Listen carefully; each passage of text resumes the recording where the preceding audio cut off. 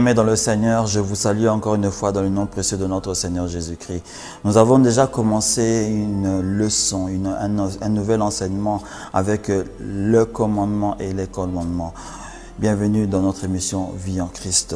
Aujourd'hui, nous allons continuer cet enseignement-là. Nous avons déjà entamé et terminé la partie qui était la relation verticale, cette relation entre l'homme et Dieu dans les commandements du Seigneur. Et on avait débuté dans l'épisode précédent, excusez-moi, cette relation qui était horizontale. Avec cette relation horizontale, on peut comprendre automatiquement que c'est la relation entre nous les hommes. Bien sûr, vous savez que les commandements que notre Seigneur a donnés à Moïse n'étaient pas simplement des commandements par rapport à lui-même, mais c'était par rapport aussi à nous les hommes, par rapport à notre manière avec lequel on devait se comporter, parce que notre comportement est sujet de beaucoup de choses. Notre comportement est la source aujourd'hui de conflits. Vous savez, les conflits qu'il y a dans l'humanité aujourd'hui sont dus à notre comportement. On ne va pas se méprendre par rapport à ça, parce que et on va le comprendre lorsque nous parlerons du commandement suprême qu'est l'amour en réalité, de nous aimer les uns les autres. On va comprendre qu'aujourd'hui, le monde fonctionne par rapport à la haine de l'autre. Le monde fonctionne par rapport à la domination sur l'autre. On ne respecte pas l'autre, comme on avait essayé de débattre et d'essayer d'approfondir dans notre émission. On ne considère pas l'autre. Et le Seigneur, sachant que ces choses viendront, avait donné cette partie de commandement relationnel, cette relation avec les hommes. Parce que lorsqu'on a une relation correcte avec son prochain, comme notre Seigneur Jésus a amené cela, il est facile d'avoir une vie harmonieuse. Je ne dis pas qu'à la suite de cette émission, le monde entier va changer, vous savez, mais vous savez qu'en tant qu'enfant de Dieu, en tant que fils de l'Éternel, on a une image que nous devions donner, on a un comportement que nous devions avoir. Malheureusement, beaucoup d'enfants de Dieu aujourd'hui n'ont pas le comportement attendu par le Père. Nous n'avons peut-être pas ce comportement. On a une manière de se comporter que l'on a copié dans le monde et qu'on est en train de ramener dans notre vie chrétienne. Malheureusement, ça ne colle pas avec notre Seigneur. On a vu ça dernièrement lorsqu'on avait entamé le commandement ne tue point. Comment, en fait, nous les chrétiens, les enfants de Dieu, nous sommes souvent des snipers. Oui, nous sommes des personnes qui vraiment tuons notre prochain avec nos paroles, avec notre comportement, avec nos actions envers eux. Mais le Seigneur nous avait dit ne tue pas. C'était pas que tu devais prendre une flèche ou une arme et que tu devais abattre une personne. Mais nous sommes dans ce contexte spirituel et ce concept relationnel. C'est là que c'est dans ce concept-là que nous sommes en train d'étudier ces commandements de Dieu. C'est parce que nous sommes des assassins. Nous tuons facilement les autres personnes. Et on a essayé, en parlant de cela, d'essayer de nous donner des armes, d'essayer de nous équiper à abandonner ce comportement-là, d'attaquer les serviteurs de Dieu, d'attaquer les frères qui ont un égarement. Au lieu de les corriger dans l'amour, nous avons l'habitude d'éteindre le petit feu encore qui reste en eux, de les tuer carrément, de prendre une pierre, de les jeter dans l'eau. C'est comme si tous les péchés du monde, on les rabat sur ces personnes-là, et pourtant on devait aimer nos frères et essayer de les relever. Parce que si la parole de Dieu nous dit que mon juste tombe 7 fois et je veux aussi le relever 7 fois, cela veut dire que d'une certaine manière, en tant qu'enfant de Dieu, lorsque nous voyons un frère tomber, nous avions cet ordre du Seigneur d'aider cette personne à se relever et non à rester à terre. Mais au contraire, lorsqu'une personne tombe dans nos environs ou tombe dans ce que nous voyons, tombe dans quelque chose quand même de mauvais, qu'est-ce que l'on fait? On vient avec le fouet, on vient avec le couteau et on continue à blesser cette blessure, à l'ouvrir encore plus, à frapper encore la personne en la condamnant. Notre Seigneur Jésus nous a fait voir dans la parole, lorsque vous voyez cet exemple, c'est le plus grand des exemples par rapport à ça, de cette personne, de cette femme qui a été attrapé en plein adultère. On ne sait même pas où était même l'homme avec qui il était en train de faire cet adultère-là, mais ils sont allés condamner simplement la femme et ils l'ont amené devant Jésus. Il dit qu'écoute, la loi de Moïse dit qu'on doit tuer cette personne parce qu'on l'a attrapé en adultère. Jésus n'a pas refuté cet élément-là. Il a continué à faire ce qu'il est. Ils ont tellement insisté, ils ont tellement pressé Jésus. À la fin, Jésus leur a dit, écoutez, d'accord, vous voulez faire ce que vous voulez faire, je vous donnerai la permission. Mais avant, regardez vous-même comme vous êtes. Celui qui n'a jamais péché, celui qui n'a pas de faute, celui qui n'a pas fait d'erreur dans sa vie, que celui-là prend la première pierre et commence à jeter sur cette personne-là. On a regardé comment ces personnes ont commencé, bien sûr, ils sont entrés dans leur réflexion, ils ont commencé à voir, l'un était peut-être un voleur, l'un était peut-être une personne qui trompe lui-même sa femme, peut-être même la personne avec qui la femme était en plein adultère était dans le membre, dans ce nombre-là. D'autres étaient peut-être quoi, des brigands, je ne peux pas vous le dire. Ils se sont regardés et dit, si j'ose faire ce premier pas, sûrement lui, il connaît quelque chose. Ils se sont tous retirés. À la fin, même Jésus qui lui était pieux, lui qui était Dieu, lui qui n'a pas commis de faute, pouvait lui prendre la pierre et jeter sur cette personne. Mais il a dit, écoute, je ne te condamne pas, mais je te demande simplement de ne pas refaire ce que tu as fait. Le Seigneur est allé vers cette personne-là en lui montrant l'amour, en lui montrant et en lui donnant le pardon indirectement. Mais nous, aujourd'hui, lorsque nous attrapons, lorsque nous voyons, lorsque nous constatons nos frères ou nos sœurs faire certaines erreurs, alors là, nous prenons la Kalachnikov et nous commençons à tirer à bout portant. On ne prend même pas de distance, mais on commence à tirer à bout portant. Est-ce que c'est vraiment le rôle de nous, fils de Dieu? Que cette parole puisse un peu nous réveiller par rapport à cette réalité-là. Ne tuons point. Aujourd'hui, nous allons voir un autre verset qui est le verset 14 de ce chapitre 20 de Exode, bien sûr, où le Seigneur dit ceci, « Tu ne commettras point d'adultère. » Tu ne commettras point d'adultère. Vous savez très bien ce que c'est que l'adultère. Vous pouvez prendre votre dictionnaire aujourd'hui et d'essayer d'approfondir, de voir sa signification basique. Un couple homme-femme marié et l'une des deux personnes va tromper l'autre personne en ayant bien sûr des relations illicites, que ce soit des relations sexuelles ou autres, mais en ayant une relation illicite. C'est l'adultère. Mais nous allons entrer encore dans le paramètre spirituel de cet élément-là.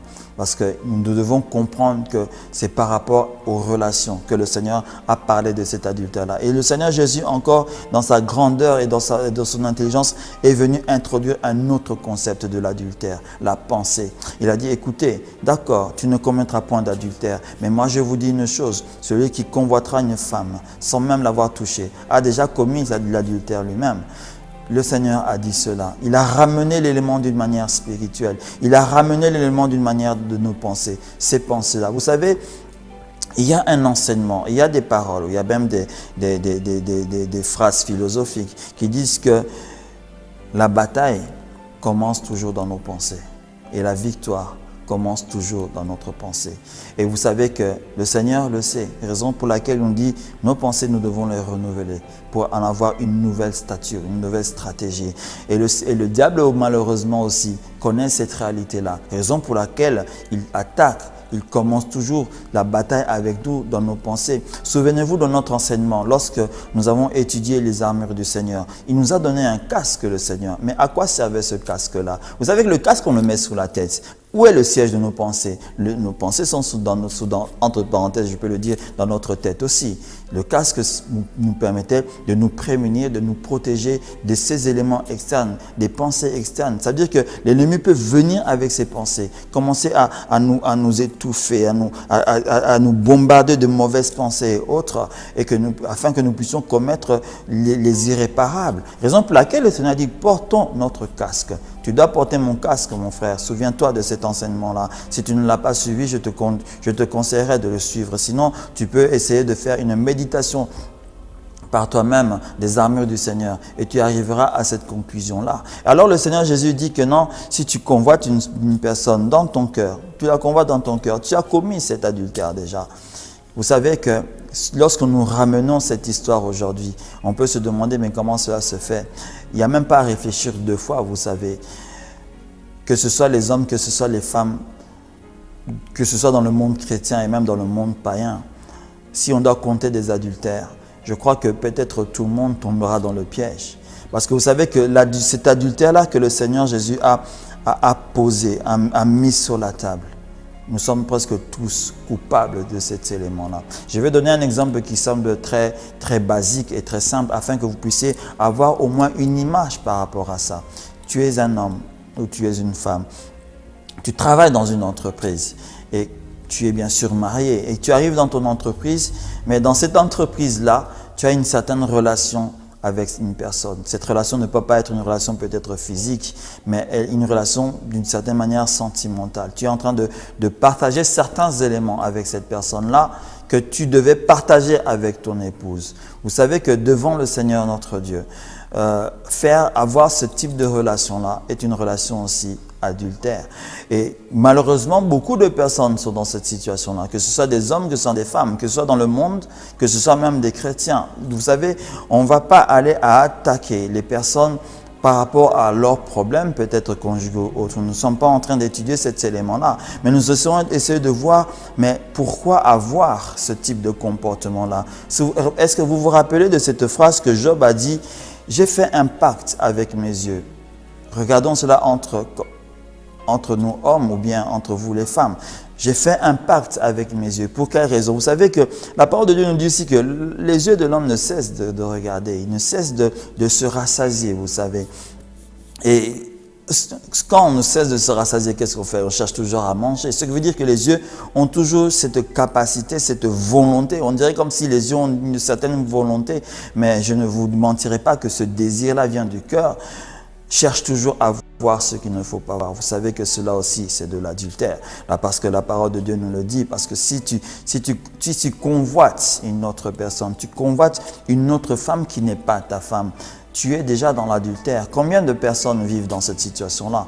Ils sont dans une vie de convoitise. Et cette vie de convoitise n'est pas simplement focalisée sur une seule personne. Ça peut être focalisé sur une myriade de personnes. Tu peux te mettre, je ne sais pas quoi, sur ton balcon, en train de regarder d'autres personnes, à penser à eux. Vous savez pourquoi le Seigneur Jésus avait dit ça? C'est parce que vous savez que nos pensées sont créatives. Vous savez que la pensée peut créer quelque chose que vous ne pouvez pas vous en rendre compte. Raison pour laquelle le Seigneur Jésus a dit cela. Parce que tu peux te voir en train de coucher avec cette personne-là uniquement dans ta pensée. Tu peux avoir ce désir-là. Tu crées cette situation-là. Tu te crées ce film dans ta tête. Et le Seigneur voit ces choses dans l'homme. Il voit ces choses dans nous les frères, dans nous les sœurs. Il voit ces choses dans le monde entier, entre parenthèses, le fait. Moi, je ne dis pas que tu le fais. Mais cet enseignement est là pour essayer de réveiller les personnes qui sont dans cet état-là.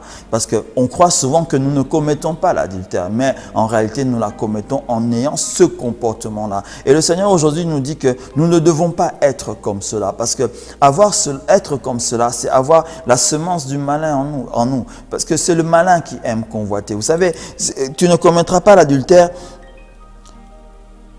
est presque connecté même avec la convoitise. Mais nous allons traiter de la convoitise après. Mais vous savez, ce comportement, il est quand même dangereux parce que vous savez bien que l'adultère détruit. Ça détruit les couples, ça détruit la vie des enfants dans le couple, ça détruit tant d'éléments et ça détruit aussi mentalement une personne. Oui, bien sûr, on le sait. Vous pouvez aller voir les psychologues qui pourront raconter des histoires des personnes qui ont été détruites moralement, psychologiquement à cause simplement de l'adultère. Vous savez, et aujourd'hui, il est temps que nous puissions, nous en tant qu'hommes, en tant que femmes, en tant que chrétiens que vous suivez cette émission en ce moment, nous devons essayer de nous relever. Nous devons essayer de nous réveiller par rapport à ces éléments-là. Mon frère, parce que vous savez que Job était un homme, mais si lui l'a dit que j'ai fait un pacte avec mes yeux, c'est parce que c'était un homme. Et c'est pour quelle raison il avait fait un pacte avec ses yeux. Vous savez qu'aujourd'hui, selon les lois de pays, normalement, on se marie qu'avec une seule femme. À l'époque, c'est vrai qu'au commencement, quand le Seigneur Jésus dit toujours au commencement, il n'était pas ainsi. En fait, c'était simplement Adam et Ève. Ils étaient appelés à être un homme et une seule femme. Mais après, entre parenthèses, la polygamie, elle est venue. Le Seigneur n'était pas forcément contre dans le sens qu'il fallait peut-être peupler la terre. Et il n'y avait pas encore de loi réellement qui pouvait vraiment l'interdire dans ce sens-là. Et Job savait très bien que avant de prendre une autre épouse, il faut en convoiter peut-être une autre. Il faut avoir des yeux et regarder. Vous savez, on ne peut pas compter le nombre de personnes qui avaient 3, 4, 5, 6 femmes. Ils en avaient plusieurs. Et donc, ils aimaient voir les bonnes choses. Et Job avec sa droiture, ne voulait pas marcher comme les autres. Elle a dit que non, comme je ne veux pas marcher comme les autres, je veux faire un pacte avec mes yeux. Et je ne veux pas convoiter les jeunes filles. Souvent, aujourd'hui, tu peux être là, âgé. Aujourd'hui, tu as un mariage qui a déjà fait 10 ans, 15 ans, 20 ans. Et aujourd'hui, tu vois comme les jeunes filles sont aujourd'hui. Parce que c'est différent d'il y a 20 ans maintenant. Et ça porte encore à la convoitise. À une convoitise qui peut être encore plus forte. Surtout lorsque nous regardons ce que nous voyons aujourd'hui à la télévision. Vous savez qu'on ne va pas aller très loin. La télévision aujourd'hui, elle est sexualisée. Elle est sexualisée. Et je le redis pour la troisième fois, la télévision, elle est sexualisée. La majorité des éléments qui passent à la télévision, je peux même dire 80% des émissions qui passent à la télévision ont une connotation sexuelle. Même lorsque nous sommes en train de faire une simple publicité. Regardez par vous-même, une simple publicité de Coca, une simple publicité même du beurre. Vous savez, on donne une connotation sexuelle à cela. Pourquoi? Parce qu'on veut tirer les personnes à la convoitise. On veut tirer les personnes surtout à l'adultère. Parce que le diable le sait. Il sait que c'est un piège, surtout pour les frères, surtout pour les hommes. Je ne dis pas que les sœurs sont absents de cet élément-là, mais c'est un comportement qui frappe souvent les hommes.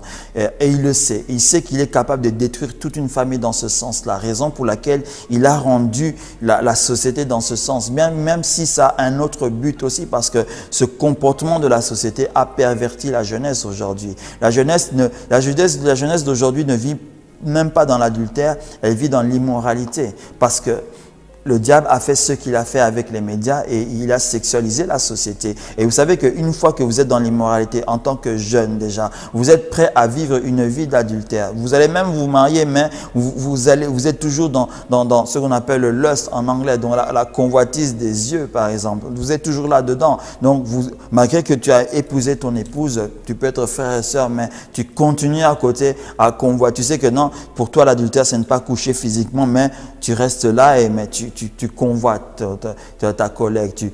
Et je peux aller un peu plus loin. Les films pornographiques amènent l'adultère dans les couples, amènent l'adultère dans les foyers. Tu peux être là, tu regardes ces choses-là, mais tu ne sais pas que tu es en plein adultère. Même si tu n'as pas touché cet élément inconscient, mais tu es dans un adultère spirituel parce que tu ne sais pas ce qu'il y a derrière tous ces éléments-là. Vous devez savoir que ce soit la relation extra que tu as avec une collègue et autres, que ce soit ces films pornographiques ou autres, ou bien cette sexualisation des médias et de la télévision ou de la société, il y a des démons qui sont derrière ces éléments-là. L'adultère est une des portes préférées que le diable utilise pour introduire des démons dans nos vies, dans les couples, dans les hommes, dans les femmes. Et ce sont des démons qui sont très puissants. Parce que ces démons-là, qu'est-ce qu'ils apportent? Lorsque ces démons entrent dans une famille, c'est la destruction. Donc ce sont des démons destructeurs. Lorsque ces démons entrent dans des familles, c'est de la séparation. Ce sont des démons de séparation. Ouais, et ce sont des démons qui sont très forts. Parce que lorsque ça frappe réellement. Et la réconciliation devient très compliquée. Pour remettre de l'ordre dans la famille, l'harmonie dans la famille, ça devient tout un combat. Ça devient, entre parenthèses, des jeûnes, des prières, des sessions maritales, des sessions de consolation ou de conseils avec peut-être des psychologues ou avec des personnes de la foi pour essayer d'extirper en fait tous ces fruits, toutes ces activités qu'ont fait tous ces démons-là. Ce ne sont pas des démons avec lesquels on joue comme ça. Non, ils ont vraiment un rôle qui est vraiment grand. Il y a quoi encore? Il y a les démons des remords qui entrent là-dedans. Il y a d'autres démons qui vont agir sur les enfants, donner aux enfants une certaine manière de vivre, de voir le mariage, par exemple. Non, le mariage n'est pas quelque chose de bon. Automatiquement, cela arrive souvent avec les sœurs lorsqu'ils voient que le papa trompait la maman. Alors moi, je n'aurai plus confiance aux hommes. Et vous savez très bien qu'une femme qui n'a pas confiance aux hommes, qu'est-ce qui peut y arriver? Si tu n'es pas dans la foi chrétienne, tu risques de devenir une personne qui courra après les hommes. Donc, c'est-à-dire que le diable déjà prépare un esprit d'impudicité en toi. Oui, l'adultère introduit un esprit d'impudicité qui n'agit pas forcément sur le couple, mais sur les enfants de ce couple-là. Donc, vous voyez que l'adultère est c'est vraiment une porte de ville, quoi. Donc elle est tellement grande qu'elle n'est pas facile à fermer, cette porte-là. Raison pour laquelle nous devons nous prémunir de cela. Raison pour laquelle nous devions obéir à ce commandement qui nous dit ne commets pas l'adultère. Mais nous devons comprendre et connaître ce commandement. Où est-ce qu'il touche? Où est-ce qu'il nous touche réellement? Essaye en ce moment, mon frère, ma soeur, d'étudier ce commandement pour toi-même. Essaie de le méditer pour toi-même. Où est-ce que tu as ouvert des portes dans ta propre vie? Peut-être ce commandement parle aux personnes qui sont mariées, mais ce commandement parle aussi aux personnes qui ne le sont pas, aux personnes qui ne sont peut-être pas encore, afin de se préparer. De toute manière, si tu n'es pas encore marié, mais que tu as un comportement qui est identique aux personnes qui commettent l'adultère, ce n'est peut-être pas l'adultère que tu es en train de faire, mais tu vis une vie immorale. Et tu dois savoir aussi que si nous devions parler de l'immoralité maintenant, l'immoralité est un élément qui est aussi destructeur. Les démons qui sont derrière l'immoralité sont des démons très puissants aussi. Ce sont des démons qui peuvent t'entraîner des situations très difficiles lorsque tu vas te marier. Ils empêcheront que tu aies une vie familiale en paix. Si on va plus loin, en réalité, on sait très bien que ces démons-là amènent des femmes de nuit ou des maris de nuit, comme nous appelons cela, des succubes et des incubes, lorsqu'on va dans la profondeur. Quel est le rôle de ces esprits-là? Ces esprits, ce sont des esprits qui sont destructeurs. Ils peuvent détruire toute ta vie, que ce soit ta vie économique, que ce soit ta vie sociale. Ils peuvent te renfermer en toi-même. Ils peuvent te donner un comportement de ce qu'on appelle aujourd'hui des coureurs de jupons. Tu deviens un Casanova. Tu peux être là, ma soeur, tu peux devenir du jour au lendemain une prostituée sans le savoir. Ce sont ces esprits-là qui amènent ce type de comportement-là. Donc si tu vis une vie immorale, aujourd'hui mon frère, tu dois essayer de réfléchir. Est-ce que tu dois continuer à fonctionner ou à marcher de cette manière-là? Est-ce que tu dois continuer à avoir ces regards-là? Aujourd'hui, si on peut revenir sur ce point, la pornographie est entrée dans les foyers. Si nous oublions un peu les hommes et les femmes mariées, nous avons les jeunes aujourd'hui. Aujourd'hui, tout le monde a un téléphone. Tout le monde a un téléphone connecté sur Internet. Et la pornographie, elle est là à la portée de tout le monde. Même des enfants de 7 ans, 8 ans. Si vous regardez certaines publications, je peux dire, certaines études, il a été conclu que les enfants aujourd'hui tombent devant la pornographie à partir de l'âge de 6 ans. Donc, ce qui veut dire que l'immoralité se présente à eux déjà à partir de cet âge-là. Et encore plus, bien sûr, il y a les études, les programmes scolaires qui commencent à être introduits et qui ont déjà été introduits dans les études, sont en train de pousser en fait les enfants vers l'immoralité sans le savoir. Tout cela, vous devez savoir qu'il y a l'ennemi, il y a le diable qui est derrière toutes ces choses-là. Si mon frère, ma soeur, tu es dans l'immoralité actuellement, tu regardes ces choses, tu partages ce genre de vie, mais tu viens à l'église, je te demanderai de te reconsidérer en toi-même. Reconsidère les pas que tu es en train de prendre. Reconsidère les actes que tu es en train de poser. En ce moment, le Seigneur est devant toi et il a une porte ouverte encore vers toi. Tu es peut-être tombé dans ces choses, dans cette manière de vivre, de penser, d'agir, de parler, parce que vous savez que l'immoralité se présente aussi dans le langage, dans la manière de regarder les autres, dans la manière de s'habiller. Vous savez qu'une femme peut être adultère dans la manière simplement de s'habiller, un homme aussi. Vous savez que c'est profond cet enseignement. Il y a certaines choses peut-être vous n'allez peut-être pas croire, mais lorsqu'une femme mariée s'habille d'une manière indécente, elle est en adultère. Oui, tu es en adultère, ma femme, ma soeur, excusez-moi. Tu es en adultère. C'est pas parce que tu n'as pas couché avec un autre homme, mais est-ce que tu sais ce qui se passe spirituellement? Ça, peut-être tu ne le sais pas. Mais que le Seigneur puisse ouvrir tes yeux et tu verras qu'en réalité, tu es en plein adultère. Donc, nous devions faire très attention. Donc, les mamans doivent apprendre aux jeunes sœurs, savoir comment s'habiller.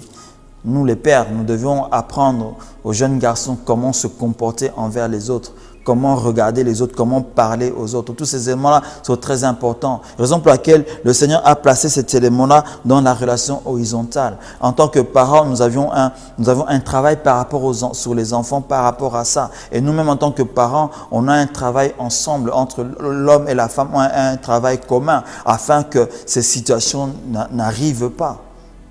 Il y a tellement de choses à débattre, il y a tellement de choses à aller là-dedans que comme ce n'est pas une émission qui va traiter la vie des couples, mais qui traite simplement de ce point-là, mais qui ouvre une certaine intelligence par rapport à ça. Ceux qui ont des problèmes, ceux qui ont une situation difficile par rapport à cela, moi ce que je vous conseillerais dans cette émission, c'est de rapprochez-vous de vos pasteurs, rapprochez-vous de vos conseillers conjugaux afin de traiter cette situation-là. Parce que vous savez que vaut mieux arrêter ou bien fermer la porte à ces démons-là que de les laisser entrer. Parce que lorsqu'ils entrent pour le faire sortir, alors cela devient très difficile. Et tu peux être là, mon jeune frère, tu as déjà laissé ces démons entrer. Il t'est difficile d'arrêter certains comportements que tu es en train de faire. Idem pour toi, ma sœur. Il ne faut pas te sentir, disons, accusé. Il ne faut pas te sentir mort ou il ne faut pas te sentir découragé d'une certaine manière. Parce que le Seigneur Jésus peut t'aider. Le Seigneur Jésus peut te sauver par rapport à ça. Rapprochez-vous de vos pasteurs. Rapprochez-vous des serviteurs de votre église. Confiez-vous et ayez des séances de prière. Tous ces éléments-là peuvent être brisés dans le nom précieux de notre Seigneur Jésus. Parce que vous devez savoir que souvent, je me rappelle d'un serviteur qui avait dit ceci, et c'est un élément très important que j'ai toujours gardé moi-même. Lorsque tu ne renouvelles pas ton intelligence, tu as la clé de tous les péchés avec toi. Donc, ce qui veut dire que nous devons apprendre à renouveler notre intelligence en toutes choses, en toutes circonstances. Lorsque nous renouvelons notre intelligence en toutes circonstances, il y a beaucoup de choses que nous ne commettrons plus. Je vais vous bénir encore une fois dans le nom précieux de notre Seigneur Jésus-Christ. Nous avons vu ce point que tu ne commettras point d'adultère. C'est un point qui est vraiment, vraiment vaste, mais nous n'avons vraiment pas le temps de le développer tel qu'il faut vraiment le développer.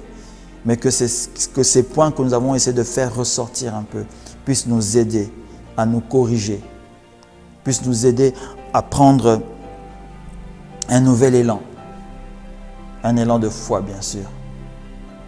Nous allons nous retrouver la semaine prochaine avec un autre point qui est très important, un autre commandement relationnel, un autre commandement horizontal, comme je suis en train de dire, qui est aussi important que le précédent. Que le Seigneur puisse encore une fois vous bénir abondamment. Dans le nom précieux de notre Seigneur Jésus. Amen.